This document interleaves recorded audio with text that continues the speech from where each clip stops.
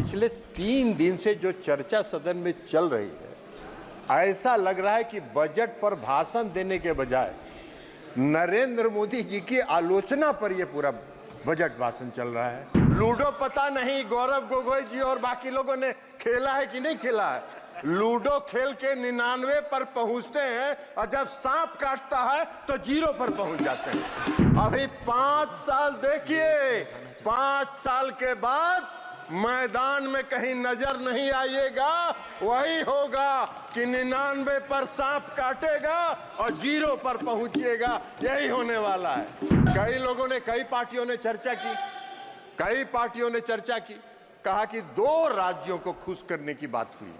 ये pre poll alliance है और हमारा हो या तेलुगु देशम पार्टी का हो, प्री पोल अलायंस है और यह अलायंस फेविकोल से सटा हुआ है। आपके साथ भी रह के आपका चरित्र भी देख चुके हैं। गिद्ध की तरह आप लोग नोचते हैं। सत्ता मिला नहीं कि कैसे सत्ता को घींचते रहे, ये काम करते रहे आप लोग। बंद है। माननीय मंत्री राजीव रंजन सिंह जी, माननीय मंत्री सभापति महोदय, सदन में आदरणीय प्रधानमंत्री नरेंद्र मोदी जी के तीसरे कार्यकाल का जो पहला बजट है उस पर चर्चा हो रही है और यह बजट जो है आत्मनिर्भर भारत बनाने की दिशा में मोदी जी की सरकार का क्या संकल्प है उसको दर्शाने वाला बजट। और पिछले 3 दिन से जो चर्चा सदन में चल रही है, ऐसा लग रहा है कि बजट पर भाषण देने के बजाय नरेंद्र मोदी जी की आलोचना पर यह पूरा बजट भाषण चल रहा है। भाई बजट पर बोलिए। और पूरा विपक्ष का जो भाषण का जो टोन है वो यह दर्शाता है कि जैसे नरेंद्र मोदी जी का चेहरा इनको पसंद नहीं आ रहा हो, ये उससे नफरत कर रहे हैं। लेकिन अब अगर आप नफरत कर रहे हैं, आपको पसंद नहीं आ रहा है, तो क्या करिएगा? इस देश की जनता ने उनके चेहरे को पसंद किया और तीसरी बार उनको देश की सत्ता संभालने की जिम्मेवारी दी। 60 वर्ष के बाद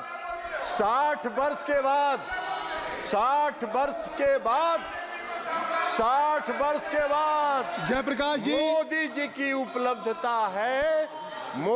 की उपलब्धता है कि 60 वर्ष के बाद, आजादी के बाद तीसरी बार किसी को इस देश की सत्ता संभालने का मौका मिला है। ये उनको बर्दाश्त नहीं हो रहा है। उनके पेट में दर्द हो रहा है। अब सच्चाई को नहीं पचा रहे हैं। अब इस देश की जो सच्चाई है उसको ये अगर नहीं पचा पा रहे हैं तो हम लोगों का क्या दोष है भाई? लेकिन हमारा एक परामर्श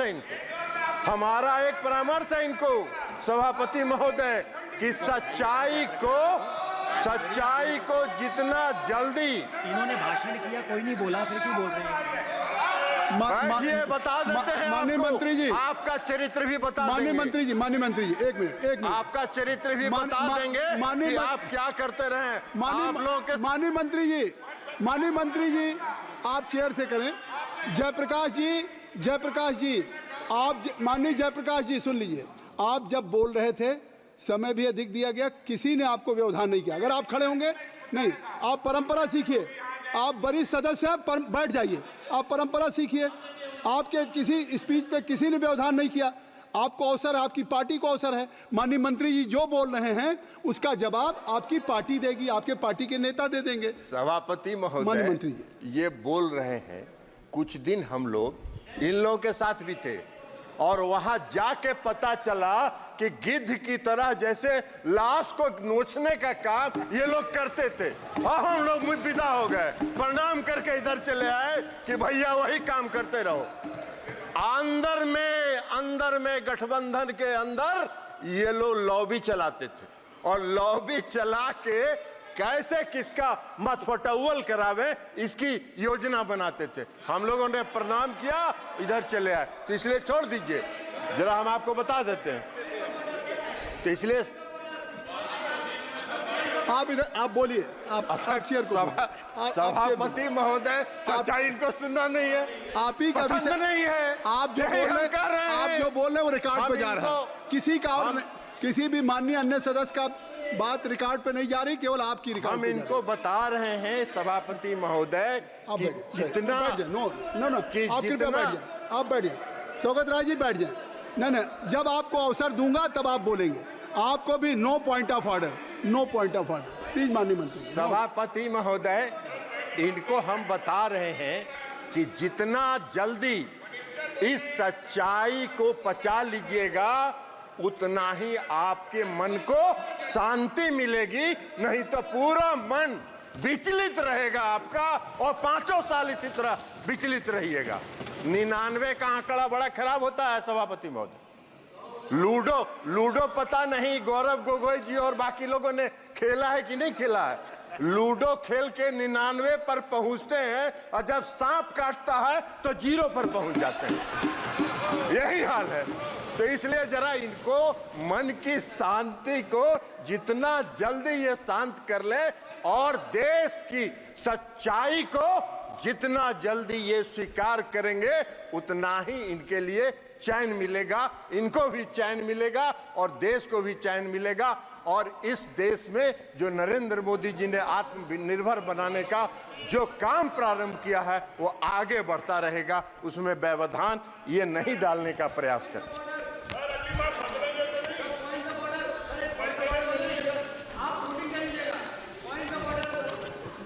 नो पॉइंट ऑफ ऑर्डर। अब इनको ड्यूरिंग एनी मिनिस्टर स्टेटमेंट या स्पीच आप पॉइंट ऑफ ऑर्डर आप लिख के भेज दें, आप लिख के भेज दें। बजट का ही स्पीच चल रहा है, बैठिए, आपको बजट समझ में आता, आपको बजट में अभी बता देंगे। एक का बजट का भाषण, बजट समझ में आ रहा है। तीसरे कार्यकाल का जो पहला बजट आया अब इनको नहीं दिखाई पड़ रहा है। इनका एक एजेंडा रहता था, बेरोजगारी है इस देश में, रोजगार पर चर्चा नहीं हो रही है। इस पहले बजट में 4.1 करोड़ रुपए 1 करोड़ लोगों के रोजगार सृजन की चर्चा है, वो इनको दिखाई नहीं पड़ रहा है। वो इनको दिखाई पड़ेगा भी नहीं क्योंकि मन तो इनका विचलित है, मन इनका अशांत है, तो वो कहां से दिखाई पड़ेगा इनको। अभी अब एक्चुअली अब वास्तव में हुआ क्या है कि तीसरे कार्यकाल का ये पहला बजट आया, मोदी जी ने पहला बजट मोदी जी की सरकार ने पेश किया और जो पहला गुगली मोदी जी ने फेंका है इस बजट के माध्यम से, तो ये बोल्ड आउट हो चुके हैं और उसी बोल्ड आउट की छटपटाहट में ये अपना भावना व्यक्त कर रहे हैं। विधवा विलाप किए जा रहे हैं। अरे विधवा विलाप करने से क्या होगा? सच्चाई यही है कि देश के प्रधानमंत्री नरेंद्र मोदी जी हैं और पूर्ण बहुमत के साथ हैं। इस सच्चाई को स्वीकार करिए। और अभी तो शुरुआत हुआ है, अभी तो शुरुआत हुआ है, तो पहला साल है। अभी 5 साल देखिए, 5 साल के बाद मैदान में कहीं नजर नहीं आइएगा। वही होगा कि 99 पर सांप काटेगा और 0 पर पहुंचिएगा। यही होने वाला है। कई लोगों ने, कई पार्टियों ने चर्चा की, कई पार्टियों ने चर्चा की, कहा कि 2 राज्यों को खुश करने की बात हुई है। अरे भाई, 2 राज्य को सरकार बचाने के लिए कई बात, सरकार बचाने की कौन सी बात? ये प्री पोल अलायंस है और हमारा हो या तेलुगु देशम पार्टी का हो, प्री पोल अलायंस है और यह अलायंस फेविकोल से सटा हुआ है। आपके साथ भी रह के आपका चरित्र भी देख चुके हैं। गिद्ध की तरह आप लोग नोचते हैं। सत्ता मिला नहीं कि कैसे सत्ता को घींचते रहे, ये काम करते रहे आप लोग। हम लोगों ने प्रणाम किया और चल दिए। इसलिए आज जेडीयू हो या टीडीपी हो, सत्ता के साथ प्री पोल अलायंस में हम लोग सरकार में है और प्री पोल अलायंस 5 साल का पूर्ण बहुमत मिला है। आप क्लीन बोल्ड हो चुके हैं, चिंता मत करिए। सभापति महोदय, सभापति महोदय, सभापति महोदय, हम पर अभिषेक बनर्जी जी का भाषण पढ़ रहे थे। अच्छा विभाग आपको ये सब यही काम तो करते रहे आज तक आप लोग। आप लोग यही काम करते रहे। आप चेयर को गिद्ध के तरह कैसे नोचना है, ये सब नहीं होता है यहाँ। आराम करिए आप। महोदय हम अभिषेक बनर्जी जी का भाषण पढ़ रहे थे। अभिषेक बनर्जी जी ने भाषण दिया और कहा कि मोदी जी का 4 जून 2024 को जो पहली सरकार बनी, rejected the people of India, which was rejected by people of India. वाह रे भाई, आपके ज्ञान का हमको प्रशंसा करना होगा कि पूर्ण बहुमत की सरकार आप कह रहे हैं कि rejected by the plan peoples of India. वाह, पूर्ण बहुमत नहीं दिखता है इनको। अरे सच्चाई को अभिषेक बनर्जी जी स्वीकार करना चाहिए। इन्होंने कहा क्या भाषण में? वक्त बदल गया है, वक्त बदल गया है। हाँ अभिषेक बनर्जी जी, वक्त जरूर, सभापति महोदय, वक्त जरूर बदल गया है, वक्त जरूर बदल गया है, क्योंकि मोदी जी पूर्ण आत्मविश्वास और दृढ़ संकल्प के साथ तीसरे कार्यकाल में आत्मनिर्भर भारत बनाने की ओर चल चुके हैं। इसलिए वक्त बदल गया है। आपको दिखाई नहीं देता है तो उसमें हम क्या करें? आंख का जांच कराइए और चश्मा लगाइए, दिखेगा आपको कि इस देश की जनता ने क्या किया। हमको आशा करते थे, हम उम्मीद करते थे कि अभिषेक बनर्जी जी जब भाषण दे रहे थे तो वो कहते कि पश्चिम बंगाल में महिलाओं के चिरहरण का जो वीडियो वायरल हो रहा है उस पर क्षमा मांगते, इस देश से, उस पर इस देश से क्षमा मांगते, लेकिन नहीं मांगे, नहीं मांगेंगे, नहीं मांगेंगे, क्योंकि पश्चिम बंगाल में वे जैसे चिरहरण हो रहा है, महिलाओं पर अत्याचार हो रहा है और जो आम लोगों पर अत्याचार हो रहा है वो उनको नहीं दिखता है। अभी इसी सदन में अभी बता